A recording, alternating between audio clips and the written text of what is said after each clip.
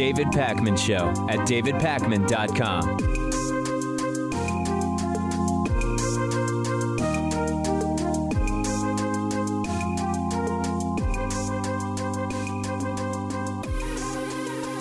Where to start after this weekend? I guess with the Pittsburgh, Pennsylvania synagogue shooting that took place. This was the deadliest attack on the Jewish community in the history of the United States, according to the Anti-Defamation League. It happened during Shabbat services on Saturday morning over the weekend. 11 people were killed, 6 were injured. This is a progressive, egalitarian Jewish community. The victims ranged in age from 54 to 97 years old. 97 years old. The perpetrator, we now know, was a 46-year-old white American-born man who entered the synagogue shouting, "All Jews must die," a scene of just total chaos for about 20 minutes worth of shooting with, naturally, an AR-15 rifle, as well as 3 handguns that the individual was armed with. And even though the shooting itself lasted about 20 minutes, the suspect then ended up hiding in a room in the synagogue for over an hour to an hour and a half. I forget the exact amount of time. Eventually crawled out of there, surrendered to police, and as police were taking him into custody, said that he did it because, quote, all these Jews needed to die. Arrested, charged with dozens of crimes, his profiles on various social media websites, including one that I don't even want to name because it's become a haven of all sorts of white supremacy and extremism, was riddled with anti-Jewish material. He seemed to believe that there was a genocide of white people taking place and that at least to some degree it was the Jews that were responsible for that. More than $400,000 as of yesterday. I haven't even checked the number this morning. More than $400,000 already raised towards a $1 million goal for the victims of the shooting. And immediately after this incident and incidents like it, an argument starts over whether this was influenced by Donald Trump in some way. And let's start first with the case that the defenders are making, who are saying, no, this guy hated Trump because he thought Trump was too pro-Jewish. This guy saw Trump with his Jewish son-in-law, Jared Kushner, and his converted to Judaism daughter, Ivanka Trump, and believed that Trump was actually Jewish-owned and part of the problem. And to that I say, first and foremost, Trump need not be personally anti-Semitic to be responsible for the culture that foments this. The anti-Semites and the white nationalists and the white supremacists and the radical right have been emboldened by Donald Trump's rhetoric and by Donald Trump's presidency. They literally said this to me. Richard Spencer, for example, who is, I guess by some considered to have coined the term alt-right, a white nationalist, a white supremacist, a white separatist, a identitarian, as he described himself on the program. I interviewed him. He told me, he said, David, we know Trump can't just come out and say all the stuff. We accept that he has a Jewish son-in-law and Jewish daughter, but we get the message from him. We understand when he uses the term, I am a nationalist, as he did last week for the first time.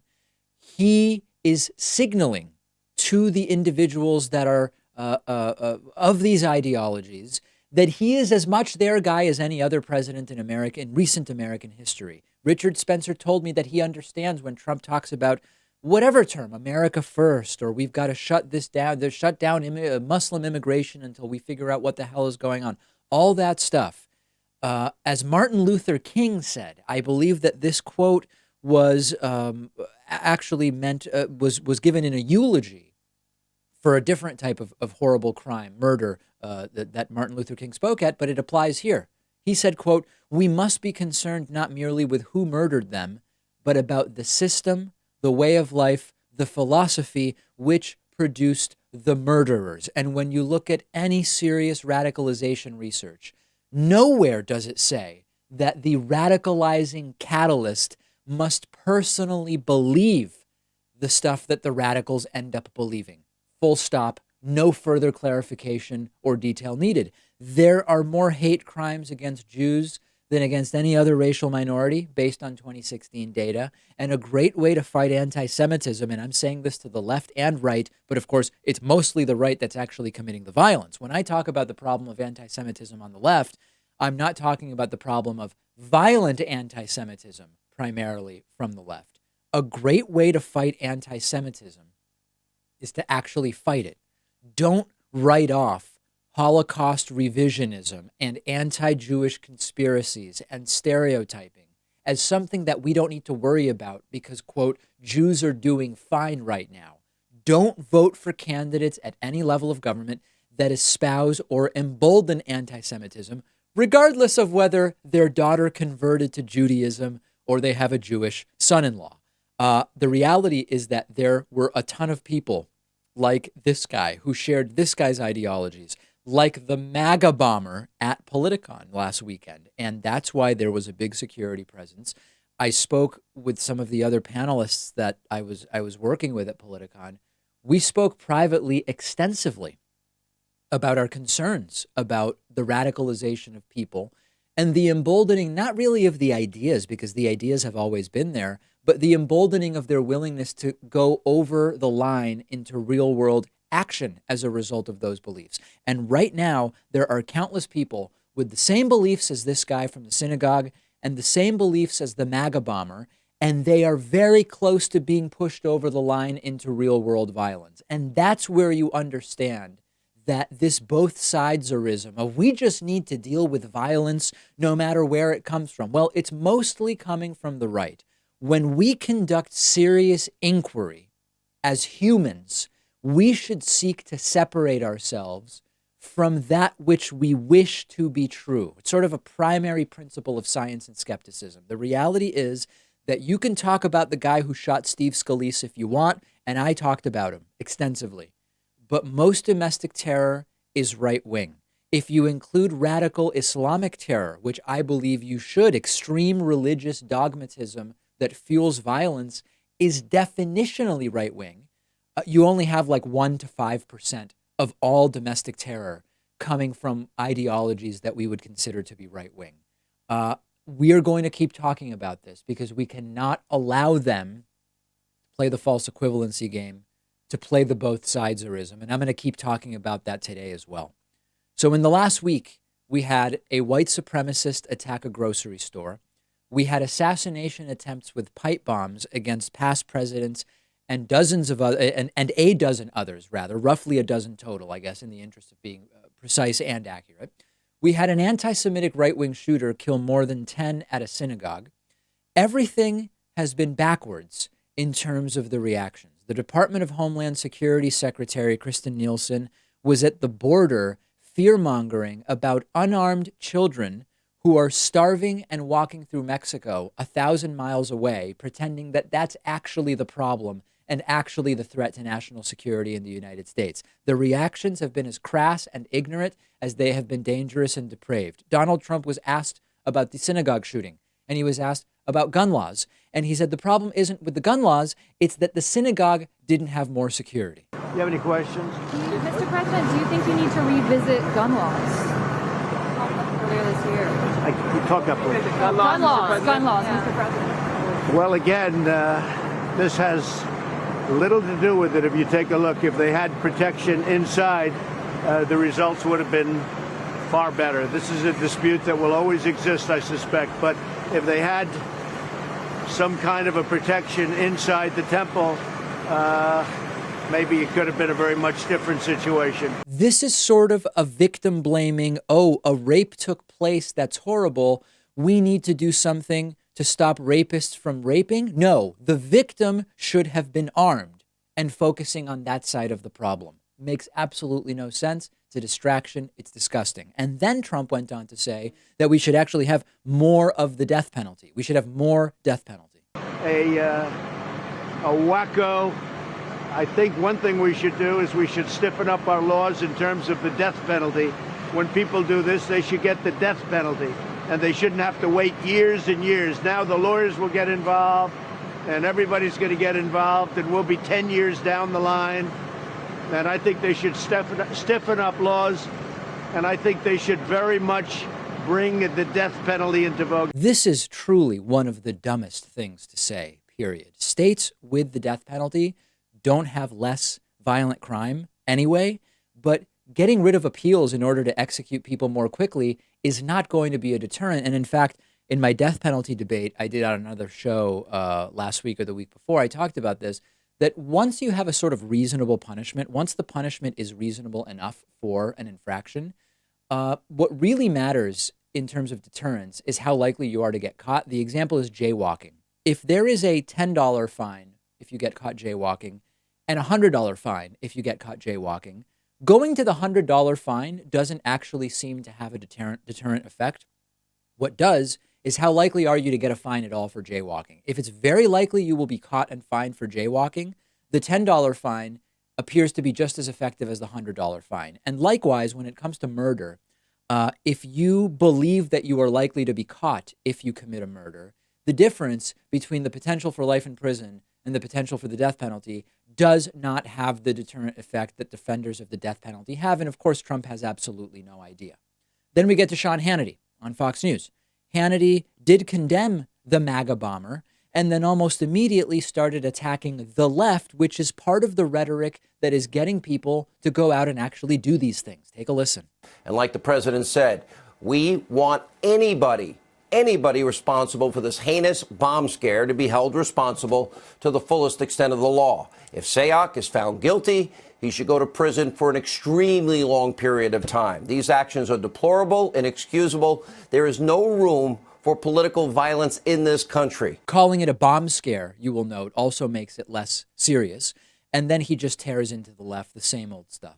We solve our problems like in 11 days at the ballot box. And as I've said many times, this is a very serious story. But over the course of this week, what we have seen, what we have witnessed in the mainstream media and the left has been downright disgraceful. Before ever even knowing who was responsible for this heinous act, the media started playing the blame game, rushing to judgment as usual. They put facts last. They rushed to judgment, and they did anything and everything possible to link President Trump and anyone who supports him to this act of terrorism. 20 seconds between condemning the act and participating in the type of stuff that causes exactly more of these acts. Also, strangely, some people emailing me that Sean Hannity's face has gotten huge.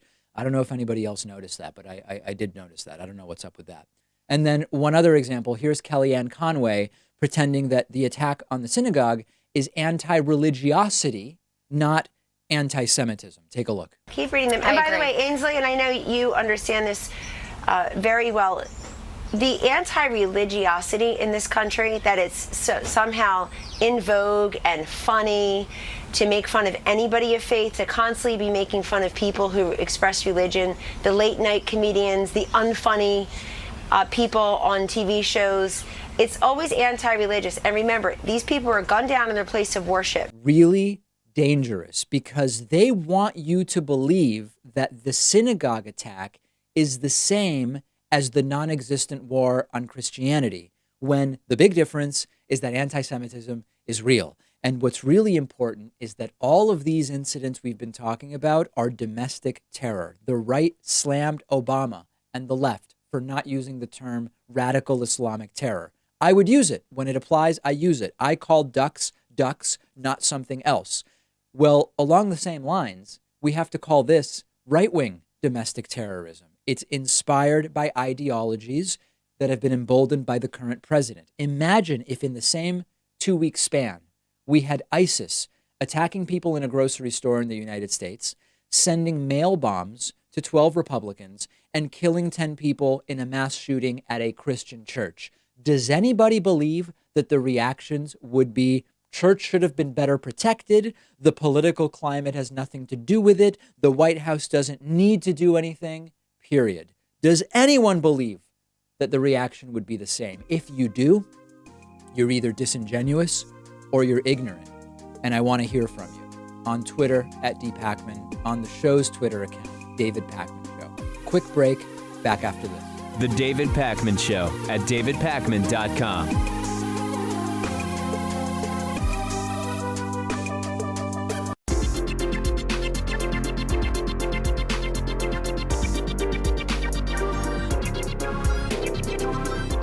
The David Pakman Show at davidpakman.com. Today's new member of the day is Jeremy Pazensky. Jeremy, thank you not only for being a member, but Jeremy's actually donated some really great design work to the show. And I really want to thank Jeremy today. Also want to say thanks to Keith Victor, who is today's longtime sustaining member of the day, dating all the way back to September of 2013. Jeremy, Keith, thank you to both of you.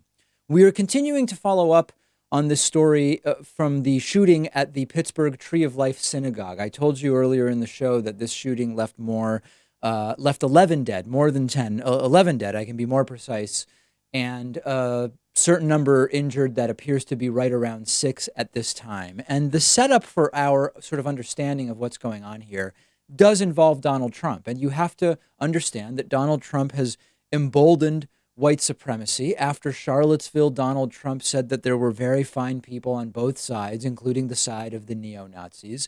And all of the other stories that we've discussed, which I won't bore you with now, but you can certainly find in our archives.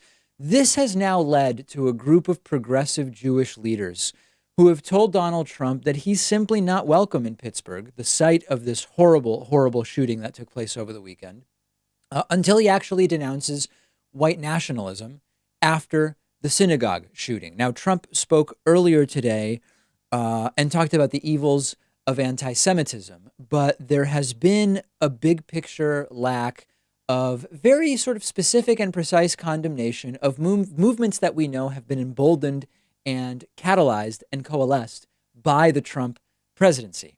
And so 11 members of the Pittsburgh affiliate of Bend the Arc, a Jewish Partnership for Justice, wrote a letter which says, quote, "Our Jewish community is not the only group you have targeted. You have also deliberately undermined the safety of people of color, Muslims, LGBTQ people, and people with disabilities. Yesterday's massacre is not the first act of terror you incited against a minority group in our country." Recall that Donald Trump spoke at the Holocaust Museum in Israel and didn't even mention Jews. Recall that Donald Trump wrote in their guest book how it was great to be there with all of his friends, sort of like it's an amusement park of some kind. So I support these Jewish leaders. Some are already being criticized for, quote, playing politics after a tragedy. And we hear this after many mass shootings and many instances of violence committed with firearms. Politics is what gets us into these messes in many cases. And it is not an argument to say you shouldn't politicize X, Y, or Z. Are we politicizing it in a way that is appropriate given the political circumstances that connect to the act that took place? That is really the question. And that's sort of like, I tend to get away from phrases like, that's offensive, when we're actually trying to argue the merits of policy or of an idea. Let's focus on why it's discriminatory, or why it's unjust, or why it will not have the intended effect that we are looking for. But in the same way that you have a movement which seeks to say, I'm offended isn't an argument, that same movement should be saying politicizing a tragedy isn't a criticism if politics are related to why the tragedy took place. They are saying we aren't going to have the person who we believe is espousing rhetoric that fuels this type of hatred come here immediately after spreading false flag, anti-media, anti-democratic propaganda mixed in with 2 or 3 words about the horrible incident that took place. And in fact, just hours after the synagogue shooting took place, Trump, and right before, by the way, going back to tweeting about the World Series, as Donald Trump was doing yesterday, Trump went right back to attacking the media, saying, quote, "There is great anger in our country, caused in part by inaccurate and even fraudulent reporting of the news. The fake news media, the true enemy of the people, must stop the open and obvious hostility to report the news accurately and fairly. That will do much to put out the flame of anger and outrage and we will then be able to bring all sides together in peace and harmony. Fake news must end. What about white nationalism must end? What about white supremacy must end? What about the anti-Semitism that we are seeing is in great part fomented by the rhetoric of his administration? And this is why we're having the problem in the first place. It is despicable, and I 100% support the Jewish leaders of Pittsburgh. And in practical terms, Trump as a source of comfort after a tragedy is pretty laughable anyway, as we saw after the killing of American service members in Niger and Donald Trump's completely abortive gong show phone calls to their widows and many of the other stories. It is an absolute and total joke that Trump's presence would in any way provide any kind of comfort in a bad time. So he should stay away, and I agree with the sentiment of the Jewish leaders in Pittsburgh, Pennsylvania. Okay, so last Monday I told you that early voting has started. You can now go and vote for Beto O'Rourke in Texas. You can go and vote for Stacey Abrams against Brian Kemp in Georgia, and there's lots of other places. Early voting is happening here in Massachusetts as well. You might remember, if I call your attention to Election Day 2012, that I had stories of voting machines flipping votes from Barack Obama to Mitt Romney. And we now have reports out of Texas and Georgia that say that it is happening again. Multiple Democratic voters reporting that in Texas, they tried voting for the Democrat Beto O'Rourke, but the machines selected Ted Cruz or left their vote for U.S. Senate blank.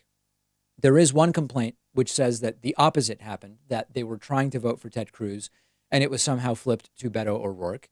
The overwhelming majority of the complaints relate to people trying to do a party line vote where you basically press a button and select all Democrats or all Republicans, which, by the way, I am against, but it's not really the topic of this story.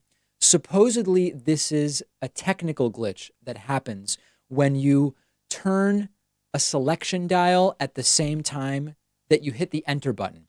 But the weird thing, if we are to believe that explanation, is that the voting machines that are being used in the counties that are having these issues reported are actually used in 82 counties. And what that doesn't really explain is why are the problems only in 6 counties if it is a known issue with turning the dial and pressing enter at the same time. Wouldn't some people by chance in all 82 counties be doing that? So that doesn't really make sense. That's Texas. Then we've got Georgia. And Georgia we've been talking about a lot because Georgia is where Secretary of State Brian Kemp, a Republican, is running for governor at the same time. He has been purging voters. He has been reducing early voting hours. He has been eliminating polling places altogether, of course, in disproportionately black and or poor and or Democratic areas. And there is now a report which says that votes for Democratic candidate Stacey Abrams have been switched to Republican Brian Kemp. Brian Kemp says it's not happening. It's voter error. It's people who don't know what they're doing. And it is also simultaneously being chalked up to old voting machines. And this is just something that's stunning. Some of the old voting machines in use in Georgia aren't supported by the manufacturers anymore, meaning that when there's an issue, the manufacturer says, that's not a machine that's like our current suite of machines, so we don't provide support for it anymore. There should be a law banning the use of unsupported machines, full stop. Now, I know. You'll say the companies making them will stop supporting them just to make everybody buy new voting machines. Well, that's really simple to solve. When you do a contract with a municipality, with a voting location, to buy their voting machines, you get the voting machine manufacturer to agree that they will support that machine for at least X number of years. This is voting. This is one of the most important things we do. And the idea that we should just accept, well, listen, those voting machines aren't supported anymore, and there's really nothing that we can do. That is disgusting, and it's a joke. And every single contract should say you must agree to support the voting machines for as long as they determine they want to do it. Now, we also have an issue here related to the Voting Rights Act, which is that both Texas and Georgia, the two states we're talking about here, used to be jurisdictions covered by Section 5 of the Voting Rights Act of 1965, which meant that anytime they were going to make changes to how voting was being done, they were required to obtain pre-clearance from the federal government in order to ensure that what they were doing wasn't going to disproportionately discriminate against minorities. Why were they required to do that? Because of their history of setting up voting in a way that discriminated against minorities. Now, in 2013, the Supreme Court made a decision. They made a ruling which determined that those jurisdictions no longer need to pursue that pre-clearance unless they've been given a specific court order for specific changes. And now we find ourselves 5 years after that decision, in 2018, after the 2013 Voting Rights Act Supreme Court ruling, and at least two of the jurisdictions that previously required pre-clearance to make the types of changes that they've been making now have voting systems that in practice appear to be benefiting Republicans and are being targeted to disadvantage rural, non-white, Democratic-leaning, and disproportionately poor voters. Is anybody shocked? Anybody shocked that that's what's going on? And unfortunately, even my reporting of this might discourage voters who might hear me say votes are being flipped, and then they say my vote now is, I already was wondering if my vote would even matter. Now I know it won't matter because the machine will just flip it. So what you need to do is, number one, slow down when voting. Number two, look very carefully at each selection that you are making. Verify that the machine registered the vote the way you intended to make it, and then report all irregularities. Film it, depending on legality. I know that not all states allow you to film you submitting your ballot. If you feel strongly enough that something is going on that you want to risk illegally filming your own ballot, that is up to you. I don't recommend illegal activity, but I'm just saying voting is pretty damn important, because those videos of machines malfunctioning in this way get attention, and they get very quick attention, and you send them to me. Okay, if that happens and you get it on video and you send it to me, I will report on it. Make sure you are following the show on Instagram at David Pakman Show. Follow me on Instagram at david.pakman as well. The David Pakman Show at davidpakman.com.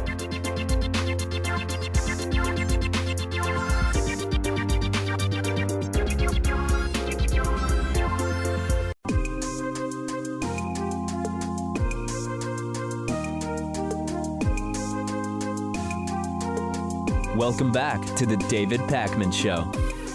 It is great to be joined today by Congressman Ro Khanna, who represents California's 17th Congressional District, located in Silicon Valley in the Bay Area. Among his many characteristics is notable that he takes no corporate PAC money. We'll also talk about some of his progressive stances. Congressman, thank you so much for being here today. David, thank you for having me on. So to begin with, let's talk about this issue of not taking corporate PAC money. I've seen this as a potentially really important sort of incremental move in the direction of getting money out of politics. And it can be very hard when we talk about that, because it's such a big issue, to imagine the endpoint where we ultimately want to be. But it seems that that's something that every candidate and elected official can choose to do right now. In other words, they don't need a constitutional amendment to do that.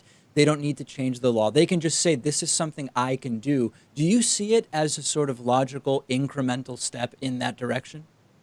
I do. When I got to Congress, I formed the No PAC caucus along with Beto O'Rourke. And I know when we did that, it was very controversial. There were only 7 of us who didn't take PAC money out of 435 members of Congress.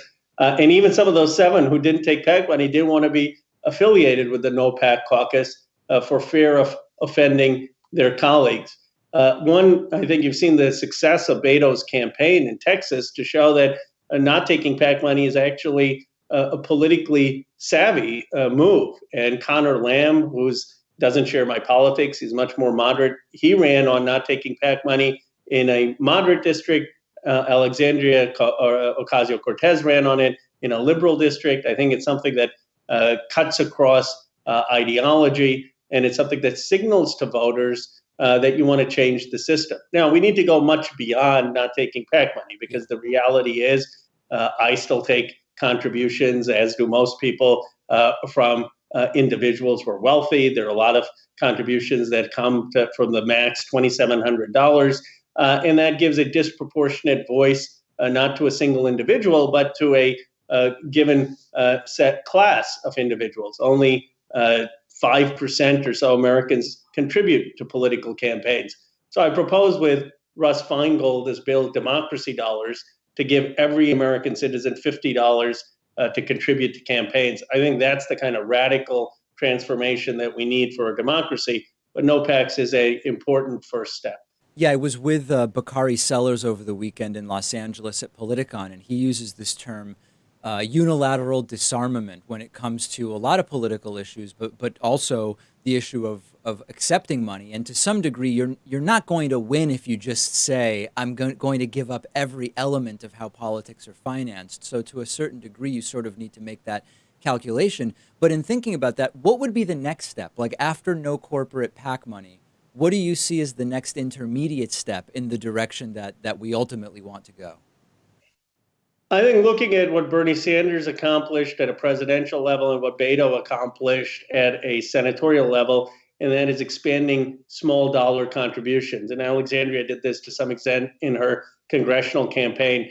The challenge is, how do you expand your small dollar donor base on social media, through organizing? And how do you do that if you're not a celebrity, right? I mean, Bernie Sanders obviously had a celebrity factor, and Beto and Ocasio to some extent by the end got a celebrity factor. But is there an institutional way that progressives can organize so that candidates for Congress who may not be very famous or get a ton of media attention can still develop grassroots donor bases and be less reliant on max out contributions? And I think all of us need to work towards doing it. So don't take PAC money and expand grassroots fundraising, I think, are two intermediate steps. So I want to stick with sort of financial or economic money-related issues for a little bit. Being a representative of Silicon Valley, you follow closely what happens with some of these large corporations which provide very useful products and services. There's no doubt they create jobs, but also they do receive the lion's share of some of the benefits of the status quo system that we have. So I want to talk about the Amazon $15 minimum wage a little bit. I have my thoughts on it, and I know you have an interesting take on it. What was your reaction when you saw that Amazon was raising its minimum wage company-wide to $15? Well, I think it was in part response to Senator Sanders and I introducing the Stop Bezos Act. We basically called on Jeff Bezos about a month before he increased his minimum wage to do so. And we said it's ridiculous that Amazon is $1 trillion company and that yet they're not paying their workers enough. And their workers are actually relying on food stamps and public benefits. And taxpayers are having to subsidize employees at the richest company in the world. And that the worker conditions aren't up to standard in some of the warehouses. They haven't allowed unionization. And we explicitly said to Jeff Bezos, be the Henry Ford of your time, raise wages. In direct response to that, Bezos said, I've heard my critics, and he, in fact, tagged Senator Sanders, and he said that he was going to raise wages to $15.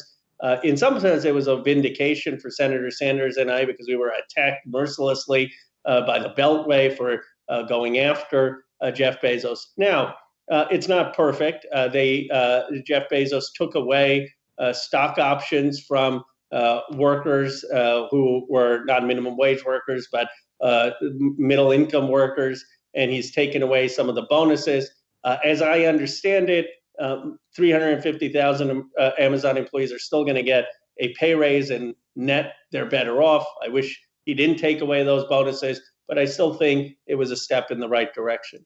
And to some degree, I mean, there's no doubt that it's the right decision. At the same time, we all know it's calculated and that there's a PR benefit that also has a financial value sort of attached to it. And I think it can be sometimes tricky for progressives in these situations.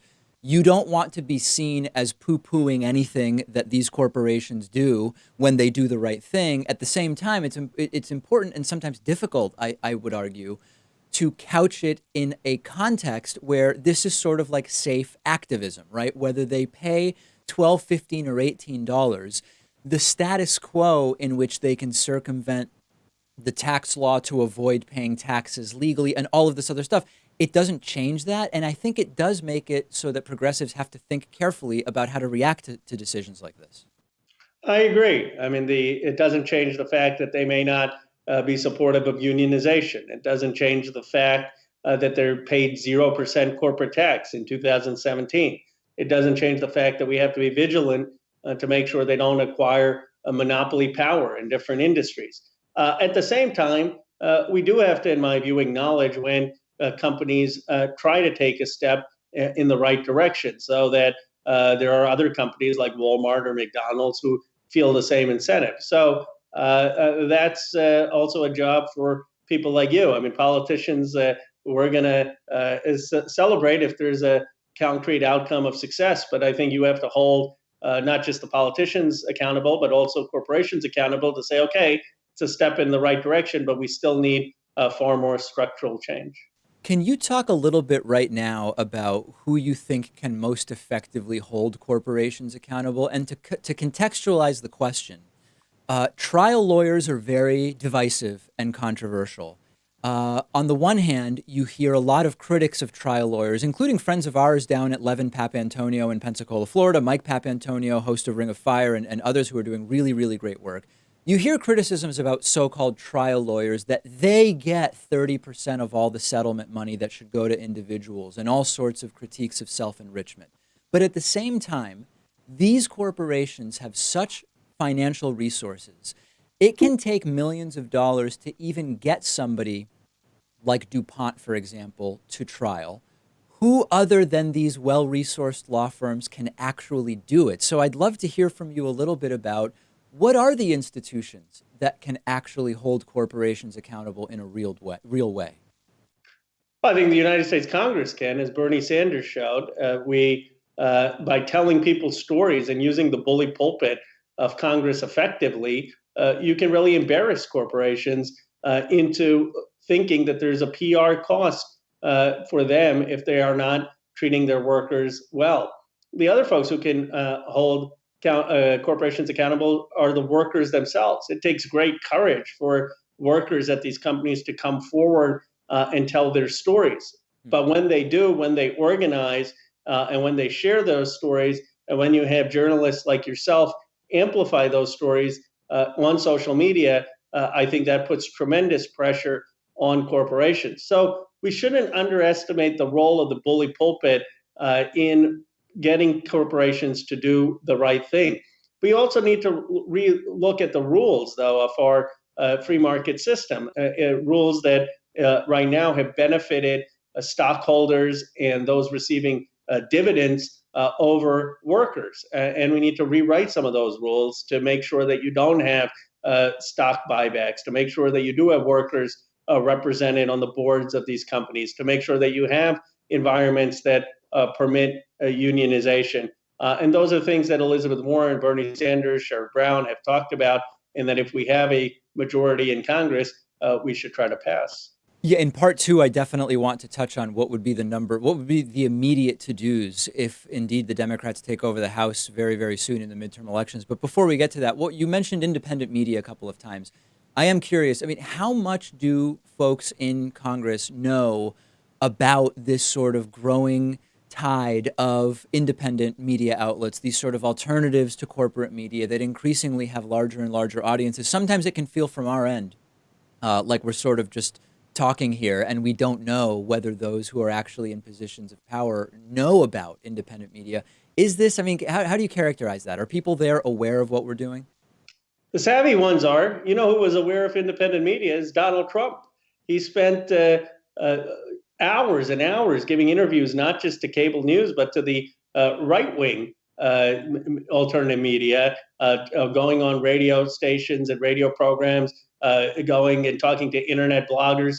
And he was very savvy about that. I think progressive politicians need to realize that going on CNN and MSNBC and having an article in the New York Times is not sufficient, that many people listen to alternate media, and that it's a huge strategic advantage to get your message out.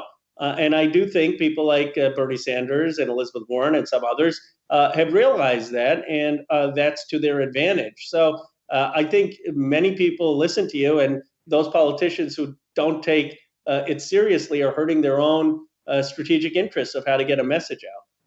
We have been speaking with Congressman Ro Khanna, who represents California's 17th congressional district located in Silicon Valley, San Francisco Bay Area.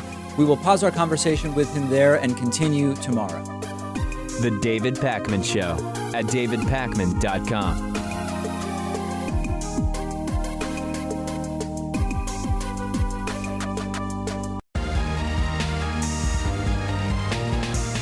The David Pakman Show at davidpakman.com.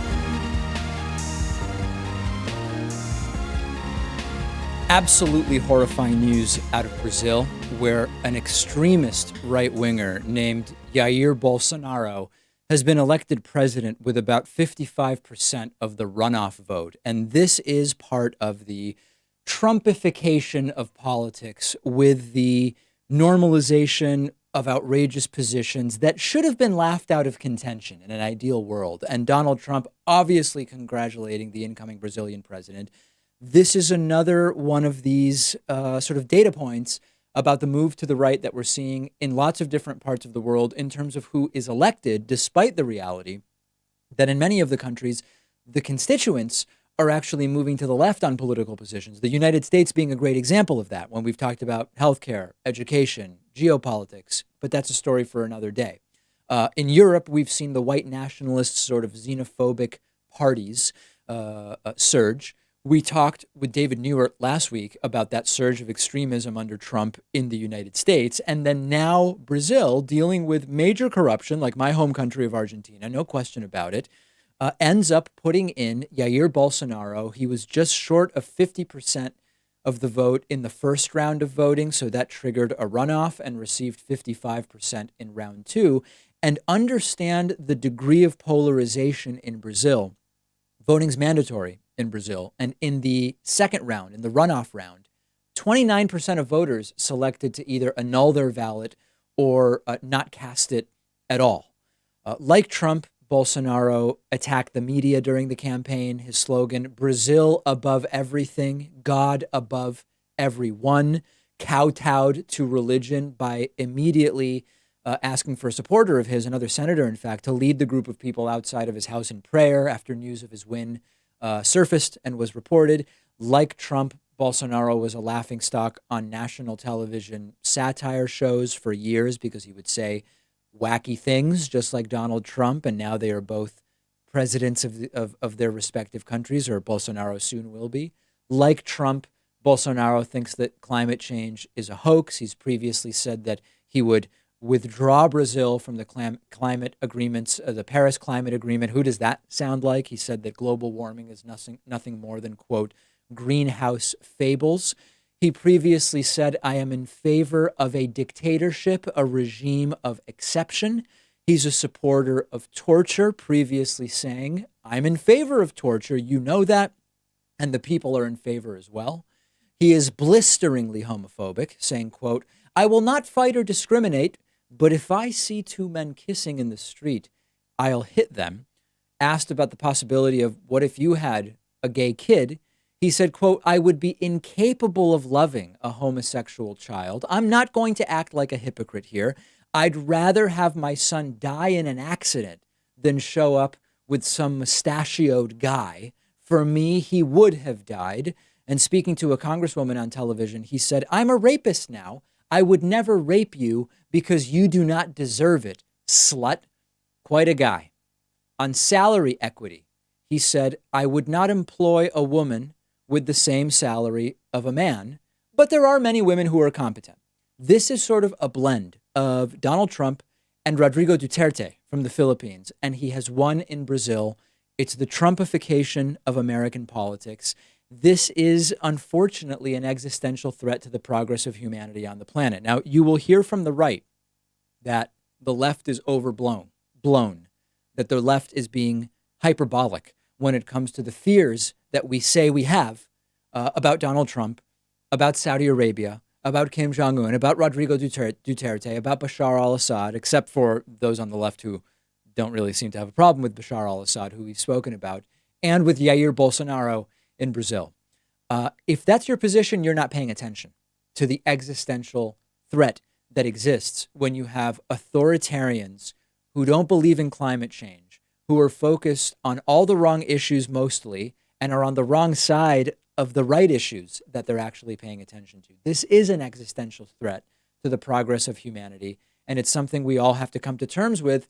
And the only solution is going to be to demand change by voting, and maybe even more, as I've talked about before, civil disobedience, general strikes. We're going to have to continue talking about that.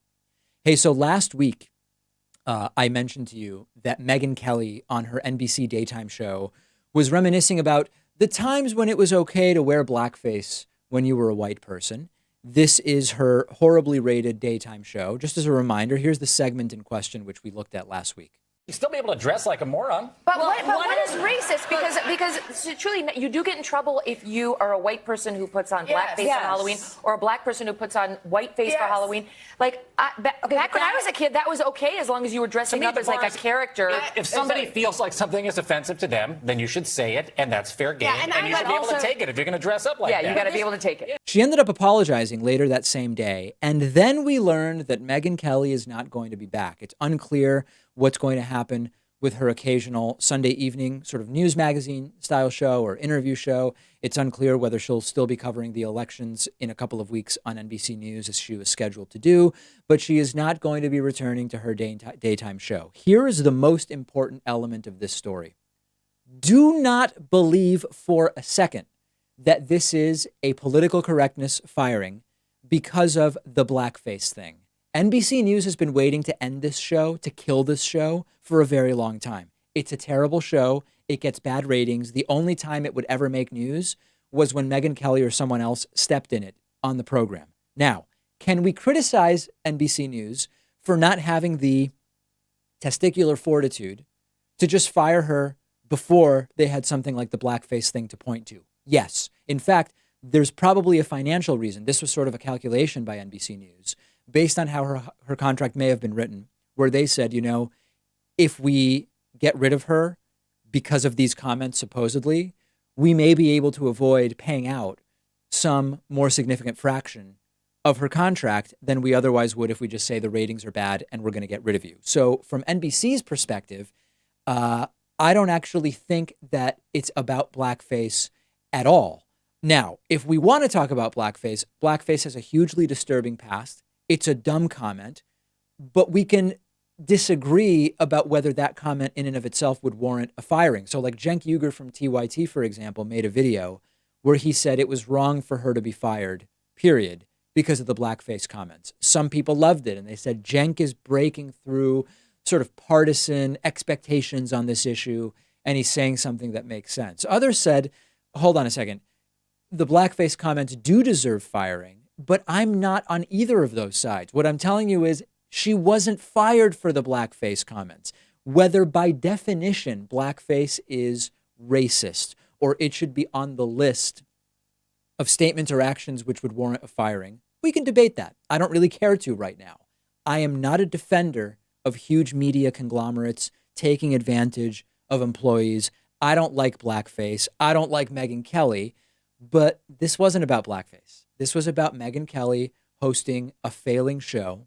This was about NBC News knowing that, waiting, trying to figure out, sitting in boardrooms, thinking about how can we get rid of Megyn Kelly, and it will likely work out pretty well for them. She was a bomb waiting to go off. They wanted the show out, and now they can claim it's because of blackface, even though the reality is it's a terrible show. The really dumb move that was made is NBC shouldn't have lured her away from Fox News to begin with. Fox News and their audience was the place where she could successfully kowtow and draw an audience. NBC News is just not the place for her. So I would say NBC should probably actually fire whoever made the decision to lure her away from Fox News in the first place. That's really who we need to look at punishing here if you are NBC. We have a voicemail number. That number is 219-2-DAVID-P. I got a voicemail that relates to something we've been talking about regarding the pipe bombs and real-world violence and domestic terror. Take a listen. What's up, Pat? How's it going? Hey, man, what you going to say when it turns out that these so-called pipe bombs are nothing but something Democrats cooked up themselves? I can't wait until it comes out and all you liberals have to retract your statements one by one by one. It's going to be beautiful. I think you'll just drop the story immediately. Y'all are saying it's like the worst attack since 9/11, blah, blah, blah, blah, blah. But it's not, because they're not even real bombs. And it's going to be a liberal that does it. I guarantee you it'll be a liberal. Just you why. It'll probably be a subscriber of yours, too. Well, it ain't going to be this liberal. Not one bit. What we have here is a situation where Cesar Sayoc indeed was a right-winger. And he had a van covered in stickers that are pro-Trump and anti-Hillary.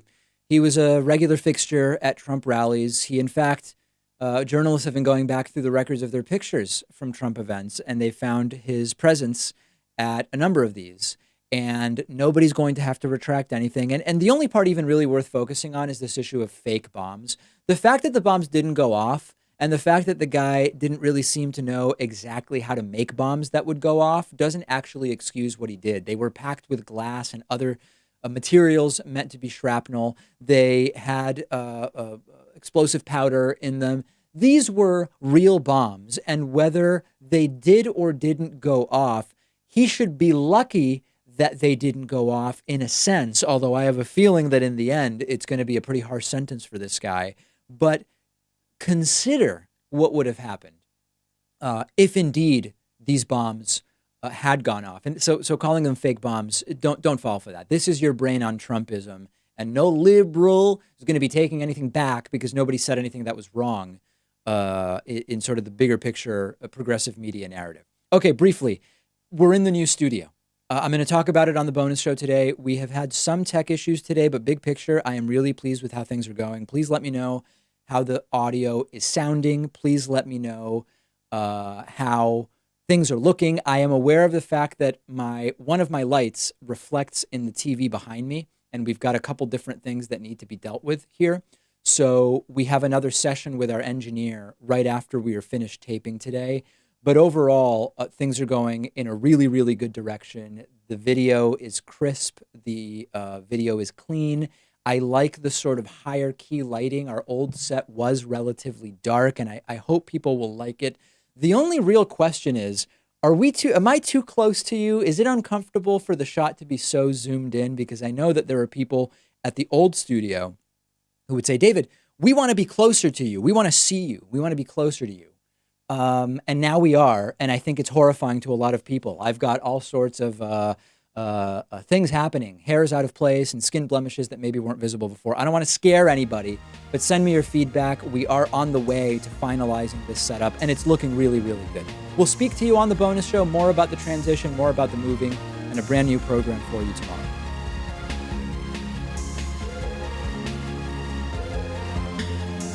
The David Pakman Show at davidpakman.com.